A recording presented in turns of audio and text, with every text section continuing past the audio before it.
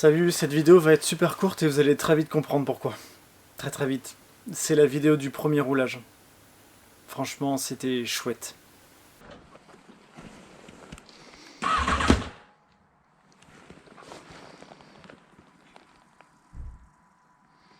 C'était quoi ça? Ce qu'il faut se dire, c'est que la moto, là, je l'ai récupérée la veille.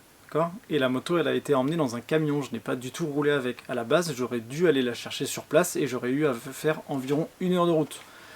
Là, clairement, vous allez vite comprendre que j'aurais peut-être dû déjà l'essayer avant. Et que si j'avais dû faire 1 heure de route, je pense que ça aurait été très rigolo. Je vous montre.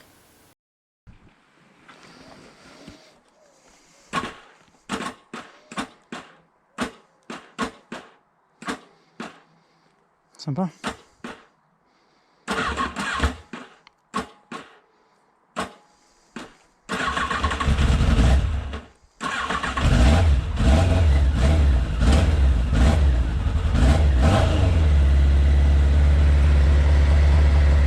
C'est rassurant.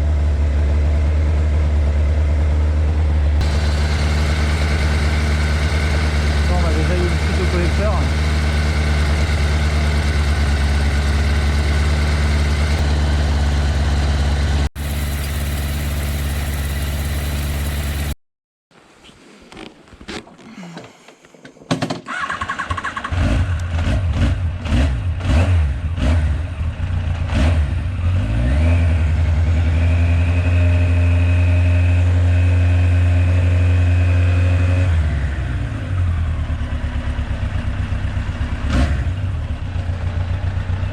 Après avoir pu démarrer et réussi à partir, en gros tout le reste, ça a été rythmé par ça.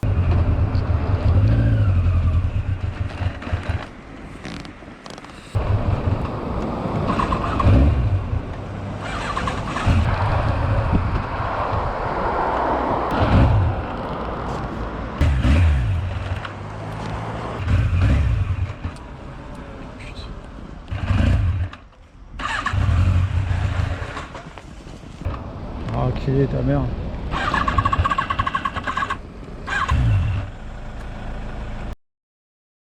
Au moment de repartir, ça a été la même misère, j'ai même cru que j'allais rester sur place. Et un mec qui passait par là, qui connaissait les XJR 1200 et 1300, a discuté avec moi tout un moment et m'a dit « Oula, je pense que tu as vraiment un problème sur tes carbus et elle tourne sur 3 pattes. » Et c'est clair que sur le moment, en roulant, j'ai pas trop prêté attention au bruit et j'ai pas forcément l'habitude de rouler sur des 4 cylindres. Mais là, c'est clair qu'à la caméra, on l'entend bien que ça tourne pas du tout rond et que par moment, en gros, elle tourne sur 3 pattes.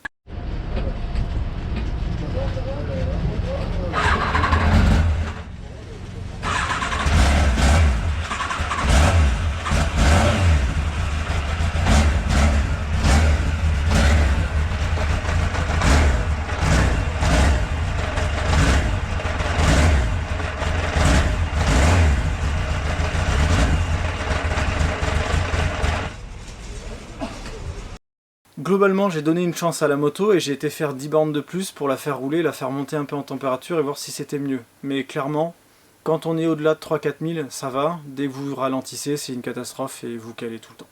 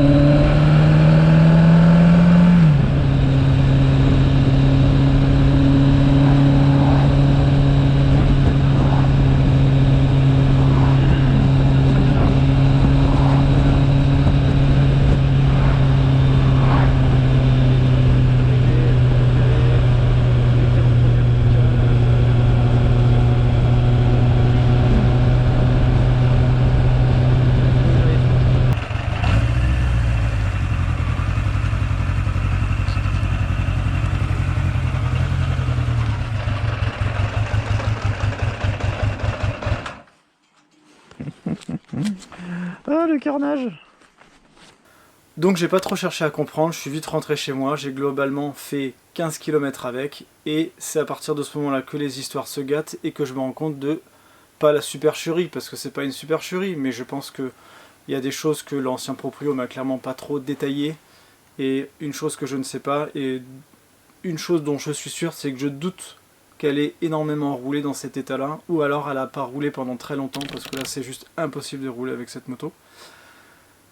Donc ça va être la suite, c'est ce que vous allez voir très rapidement, j'ai un peu spoilé dans mes shorts, globalement, je n'ai pas reroulé avec, j'avais une grosse flaque d'essence sous la moto, j'avais de l'essence plein la boîte à air, globalement il y a plein de choses qui ne vont pas du tout, et avec les 4-5 litres d'essence mélangée à l'huile que j'ai sorti du carter, clairement il fallait surtout pas rouler avec cette moto, j'espère d'ailleurs qu'elle n'a pas eu de problème pendant trop longtemps, parce que j'espère que le moteur il n'a pas souffert, mais les vidéos qui vont suivre ça va être du nettoyage, du démontage et de la réparation avant de pouvoir la refaire démarrer et de repenser rouler avec parce que j'ai pas envie de casser le moteur d'une bécane que j'ai tout juste acheté et j'ai franchement un petit peu les boules parce que j'avais prévu de faire ce genre de bricolage dans tous les cas pour la remettre au propre, mais je m'attendais pas du tout à acheter une moto qui avait potentiellement un risque de casse et autant de choses à refaire tout de suite, j'aurais préféré l'étaler.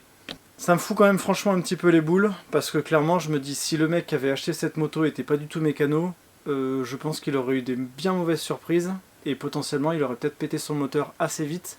Dans tous les cas, je vous poste ça assez rapidement, je commence à monter la suite, et je vous tiens au courant.